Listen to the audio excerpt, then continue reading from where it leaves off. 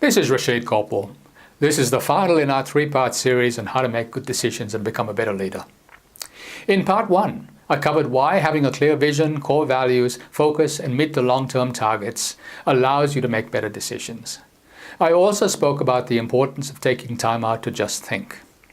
Part 2 went over the 10 commandments of good decision making. Now, let's cover the process, how you get efficient at making good decisions. There are 2 parts: the issues list and the process to solving them. The first thing you and your team must become comfortable with is putting issues on the table without feeling you're going to get shot. Ergo, you must foster an organizational culture of openness and honesty where everyone, no matter how senior, can be held accountable. Given this, you break your issues into short and midterm lists. Midterm is anything that can't be solved this week or this quarter. This list is where you keep track of them. Short-term weekly leadership lists include anything that needs to be solved in the next week to quarter. These are mainly strategic in nature. Now, once you have your issues list, you move into the process of solving them. And there are 3 steps. 1, identify. 2, discuss. And 3, solve. Start with the most important issue. A filter is if this issue is both important and urgent. Identify what the real issue is. The surface symptom is rarely the real issue.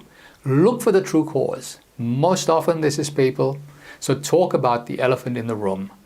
Now, people may get uncomfortable, which is why it's so important to have a culture of openness and honesty without people pointing fingers or justifying themselves.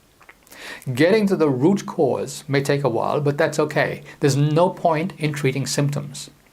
Once you have the root cause, discuss solutions, but don't go round in circles. Sometimes the solution will be obvious, albeit painful, especially if it involves removing somebody from a role. Remember, you're working towards the greater good, and it's necessary to take short-term pain if that provides the solution. Now, solve the issue. Make a decision. Decide on who is responsible and accountable for carrying it out. Solving issues can take time, but doing so now, you'll save time exponentially in the future by eliminating future symptoms and other sub-issues which will come back to bite you. One last thing. When discussing the issue, don't go off into tangents trying to solve the other stuff that comes up. Stick with the issue in hand and get it done.